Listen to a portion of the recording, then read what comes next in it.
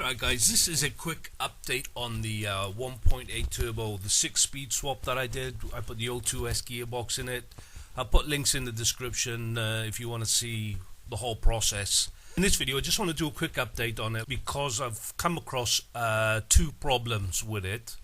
So the first is there's a check engine light, which I didn't hear anybody else say about this, but I'm getting one. So I'm not sure if it's specific to the Octavia RS. I think it's probably not.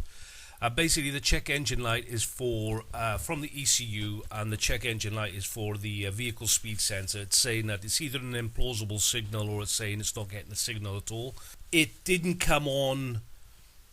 I didn't notice it coming on at the start, but now it comes on. I can clear the code and it will come back on within a sort of couple of kilometers, maybe not even that. And the second one is a bit more involved. It's to do with the engine mount. I covered this in a previous article, which is on DriveTune Media. Again, a link in the video description. And basically what had to be done was the mount, this part, the aluminium part, had to be mounted the other way around. So this is now upside down with the O2S gearbox, because the O2S gearbox sits a little bit lower, I think, and also the bolts don't line up. But that's not the issue. The issue here is this: the center bolt does not, when you turn it upside down, the mounting mechanism, if you like, is different. From the factory, it's all one piece, and this bracket is connected to this bush. It's like a press fit, and this supports, this bottom part here goes into the gearbox. You have to, this is upside down here. You have to imagine the gearbox is the other way around. Let's have a look at this one. Maybe this is a better way it is. So this is how it is supposed to be in the car with the O2J gearbox, the original 5-speed. You've got the metal insert in the standard bush. It sticks out underneath, and then this is a push fit on it. So you've got the gearbox supports it from this side, and then the bolt on the other side is supported by this bracket, and this bolts into the gearbox. So it can't move back and forth, the head. But when you turn it upside down, this bracket is not supported by anything. There's nothing to support it to because this is flat. Hopefully that makes sense. Let me just look at the PowerFlex one a minute. So you can see this is an aftermarket bush from PowerFlex. This goes in here. You push this bush out and you put the PowerFlex in. And you can see with the PowerFlex bush, it's protrudes a little bit, the sleeve, and this is where that metal bracket, goes over this raised bit of the sleeve. So when you use the PowerFlex bush, it's supported like it is from factory. But when you turn it the other way around, when you turn the dog bone the other way around, like I've had to do with this one, it doesn't line up enough. And I think, I haven't used the PowerFlex bush, but I imagine this protrusion is not enough. It needs to be something like 5mm because the bracket is at a slight angle. So what I've done, I used a AliExpress bush, and that bush for this dog bone mount, doesn't come with anything. It's just flush.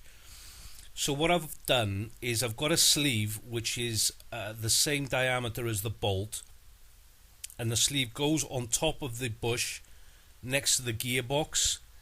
Probably a bit hard to explain this, but the extra sleeve goes at the top here, and that pushes this metal sleeve down, so it's protruding below the bush. It sticks out of the bush a little bit. The diameter of this is bigger than the hole in the bracket. You'll have to imagine there's a hole here. Well, let's have a look at this picture actually. This hole here, this needs to be, well, what I did is I enlarged this hole here so the sleeve, the metal sleeve, this bit could go, the whole diameter of it could go in, and that's how I have supported the other end of the bolt. This is bigger, and the big metal sleeve comes through here. I had to enlarge it by quite a bit.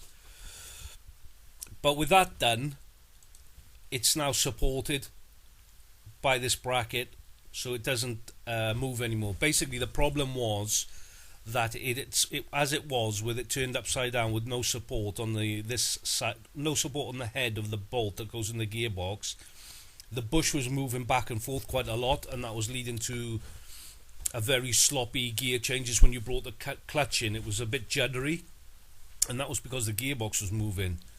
So it needs this bracket here, and it needs to be a tight fit, so the bush is supported on this end at the bolt head, and obviously it's going to be screwed into the gearbox to support on that end. It needs to be supported by both ends so it can't twist, if you like.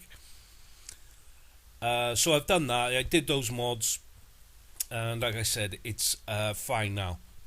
I had to also, this bolt is at an angle, so what I've had to do is I've taken out I've made the hole bigger in this bush, so this can go in there at a slight angle. The front of the car is over here, and the bolt is sort of like, this is a bit exaggerated, but it's like kind of at this angle. So I've opened up the hole in the polyurethane bush, so this sleeve can go at the angle so it can meet into the gearbox properly. And basically that's what the video was for, guys. If you're thinking about doing it, I'm just trying to highlight all the problems and the things that I had to do, and again, this is one quite a major thing that needed to be done. It's only done a few hundred kilometers with that mod on it. We'll see how the polyurethane bush holds up, but if you're thinking about doing it, this is something to bear in mind. So that's it, guys. I hope it's helpful if you're going to do this, or you're in the middle of it at the moment and you've got that sloppy gear change. Hopefully this helps you out a little bit. That's the video, guys. If you liked it, give it a thumbs up, subscribe to the channel, look after yourselves, and I'll see you again next time.